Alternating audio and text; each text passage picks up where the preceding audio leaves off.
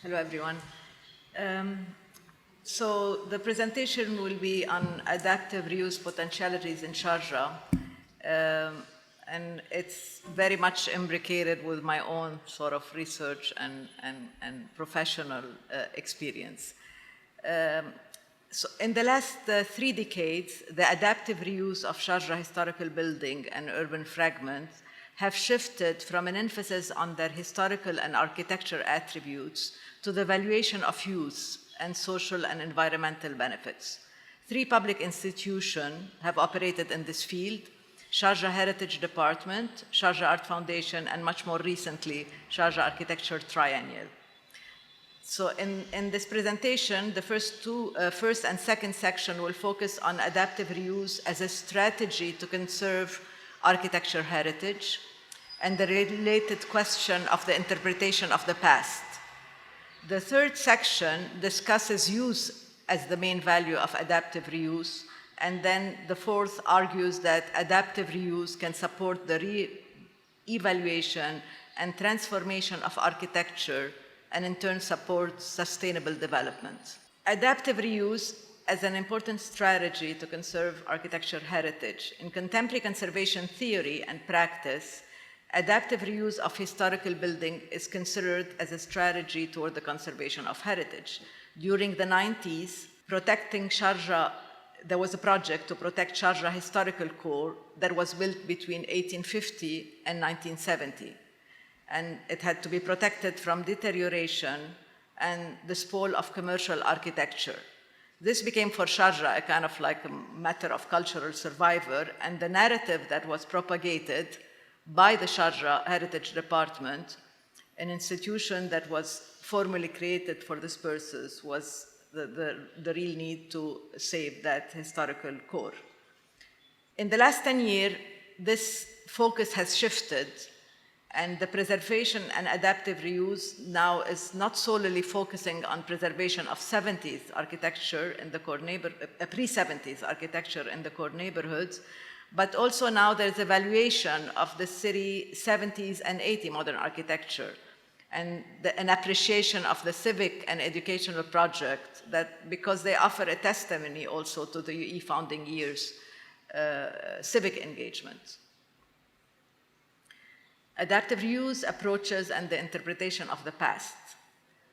Sharjah Heritage Department and Sharjah Art Foundation have both celebrated the historical and architecture attributes of the historical core urbanism, yet their approach was very distinct. The Heritage Department envisioned the restoration of an urban fragment and its architecture to an idealized pre-70s past. This led to a sort of fixed representation, frozen in time, of a rich urban fragment, and it also led to the erasure of rich layers of that fabric. So renovation, the few renovation layers that were added were masked as this restoration, not to disturb the historicist narrative.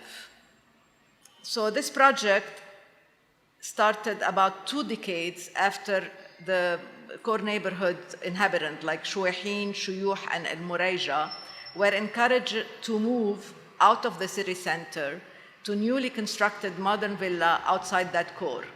It was following Halcro's master plan. Additional research is needed to assess if these residents had embraced this displacement, as their life was materially difficult and precarious, albeit it was socially very rich and connected. A second displacement, less sort of well known, is the mainly workers, blue-collar workers displacement. They were possibly renting the houses from the original owners. Some say that they were squatting, but this displacement occurred in the 90s. They had erected ephemeral structure to add habitable spaces. These were removed, jeopardizing the very fragile fabric of the houses, because these houses were also unmaintained for about 20 years since the first original inhabitant had left them. So Sharjah City Core Adaptive Reuse Project was undertaken by an Iraqi archaeologist, Abdel Sattar Al-Azzawi. Some of these documentation come from his archive. So it's a largely reconstructed project based on the traces of the foundation. But despite its shortcoming, it has maybe the merit of keeping a reconstructed record of the historical houses as recollected by their last inhabitants. So it was envisioned to operate as a culture space for Emirati to reconnect with their past. So selected houses were activated by youth association, the smaller ones, or the larger ones were converted into historical museums, such as Nabuda, Beit al-Nabuda, a converted per Murshid dwelling dated from the mid-19th century. Others, such as Beit al-Sarkal, house of the British native agent for the Arabian Gulf, was programmed as an art exhibition space and is presently operated by Sharjah Art Foundation. Overall, Sharjah Historical Area was an unfinished project and an underused area, calling for other types of programming and approaches to adaptive reuse. The Sharjah Art Foundation adopted a more dynamic approach to adaptive reuse, deleting and revealing historical layers while dialoguing with the needs of the projected program. It stems from a layered understanding of the past and a richer view of identity, befitting this very fluid, multicultural character of the sports city. So the approach has also the merit of being transparent about its conservation processes. The institution claimed its link to the historical core since 2007, when biennial artists were very interested in creating site-specific installation that challenged the view of the historical area as a frozen representation of the rich multicultural history of the city. So their installation engaged with the existing social fabric and the site multi-ethnicity. The reflection on site as open and transformative has really opened the way for Sharjah Art Foundation and for Sharmeen and I that were working on this project to transgress the dominant fixed heritage narrative. For artists like Meder Lopez, the site-specific installation Football Field 2009 reveals sometimes and the masked social and tangible culture. In this sense, the process of layering or unlayering Sharjah historical social realm became tactic used to better define Sharjah's cultural identity. So Al-Murayja Art Spaces 2013 is the urban adaptive reuse project for the Sharjah Art Foundation. It was envisioned in continuity with a rich layer of historical structure that were preserved all around this new layer in their received state, with the intention of continuing to allow artists to use them for site-specific installation. The premise of the project was to further the porosity of the urban fragment, its openness, its accessibility to art lovers, but also to the surrounding inhabitants. The removed central urban layer that we acknowledge were removed allowed for the insertion for 5 contemporary art gallery buildings to support the need of the institution for large fluid spaces that host contemporary art.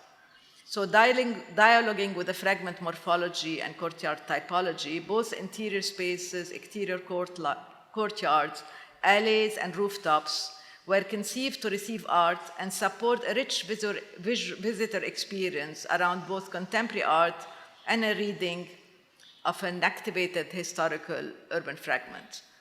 The focus on cultural identity in the 2 adaptive reuse projects that I just described were created in a very loaded site, so each institution claimed its rights to operate in it, using conflicting approaches and creating what I lived as a difficult history of cohabitation. The evaluation of use in adaptive reuse. So the focus on cultural identity has not only created friction between cultural institutions, but use became to various degrees secondary, as mainly conceived as an excuse for giving a new lease of life to the historical core. So the challenging architecture and urban characteristic of this historical core and its material fabric also didn't make that task very easy. Looking at a recent adaptive reuse project of Al-Qasimiyya School, one can discuss an alternative to inheriting an urban fragment or a building to preserve. So the Trainali opted to look for the possibility of existing structure in danger of demolition, rather than starting from a blank slate.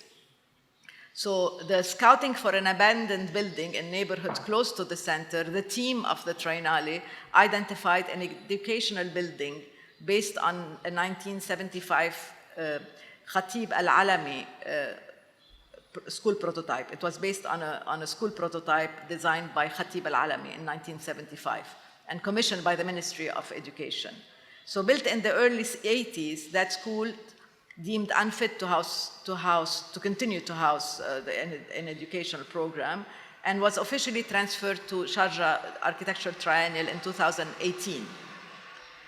So in Sharjah city, we have counted 19 schools following this Khatib Al-Alami prototype. Some are abandoned, some are rented as private school by the ministry. But these schools are all over the Emirate and all over the UAE. So the valuation of use is increasingly becoming the focus adaptive reuse. So questions related to what building or urban fragment lend themselves best to adaptive reuse need to be asked. So Al-Qasimiya School Architecture can act as a good host for its public because it has a convivial, its spaces are convivial, porous, and inviting to the public. So the surrounded shaded circulation spaces and open loggia also add to that feeling of comfort throughout. The courtyard and extensive covered outdoor spaces support various forms of informal gathering and a pleasant outdoor environment for activities of different nature and audience capacity. We tested that in the first edition, but also in subsequent institutional program. So the large covered courtyard can house music events, talks, screening. The adjacent long, narrow courtyard now receives an installation by Maria Tobasum, which was purchased by the Triennale. And one of the flanking small courtyard was also covered by another installation that was purchased. It's an intricate roof that uses the principle of passive cooling, further enhancing these courtyard performances. So site adaptation has restituted also the fluidity with the removal of partition that had closed off certain spaces. And finally, probably one aspect that helped this, the sort of like, in the flexibility of use of that space is the modularity. The repeated wing modules of paired classroom, they were placed all around the courtyard. And this modularity was preserved, but transformed systematically in scale, like two classrooms have been merged to create a larger space to better support institutional need. That was the only sort of like change, like planning change that we made. So, but the challenge comes from elsewhere, actually, to bring these older buildings to conform to new regulation and operational environmental norms poses real great challenges. So Al-Qasimiya School underwent a transformation of its cooling system, and it's still undergoing structural repairs due to the carbonization of concrete that has in certain cases corroded the steel rebars. But above all, it's the structural and material damage that render Sharjah modern heritage challenging to preserve, and because it creates reticence at the municipality level. So the institution that give building permits and completion certificates. Hopefully, through sustained engagement, Sharjah municipality will come to appraise the structural repair challenges in relation to extending the building life cycle and the accrued environmental benefits. Adaptive reuse potentiality for a transformative architecture. So working with the possibility of existing structure in the city, I would argue, rather than starting with a blank slate, is not only environmentally a sustainable approach, but creates a layered architecture in continuous dialogue, building upon the city's history and memories. The potentialities of housing certain program in existing abandoned building will alleviate, if successful, the needs for new construction, hence will stop the cycle of demolition and new construction, and preserve buildings' embodied energy. Such potentiality have legal and economical implication in a city with distributive economy and where construction is an important economic activity. Thoughtful adaptive reuse support the reevaluation and transformation architecture also as it necessitates multidisciplinary conversation, we saw in all our experiences, and multiple stakeholder engagement. So in Sharjah, not only cultural institution, but I would argue that all governmental departments should rise to that challenge.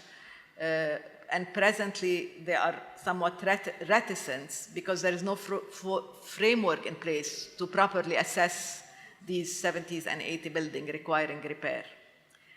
So Sharjah institutions such as Sharjah Trinale posit that the aspirational value of adaptive reuse is the social responsibility vis-à-vis the neighborhood inhabitant, which necessitates an integration of community voices in the making of adaptive reuse. Al-Manakh program is envisioning to design a socially and ecologically sustainable urban garden on Al-Qasimiyya school site with the participation of the neighborhood community.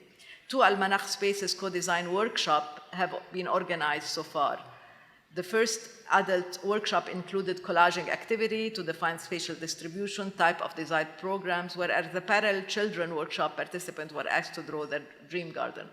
We also had some expert workshop to feed into the whole conversation.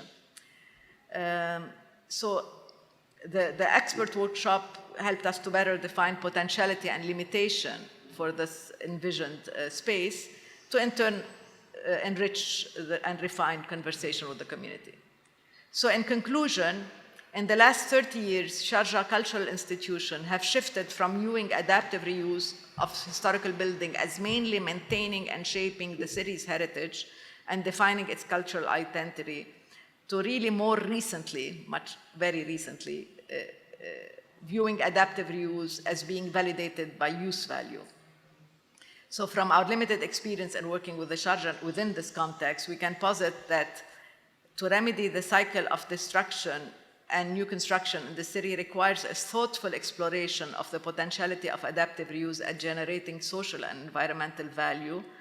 The charting of a roadmap toward a sustainable urban development calls for relevant multidisciplinary interlocutor and all Sharjah governmental institutions, not only the cultural ones, to engage in holistic multidisciplinary conversation. So Sharjah Architecture Triangle posit that the aspirational valuation of adaptive reuse is the social responsibility which necessitate the integration of the community voices in the making of public projects.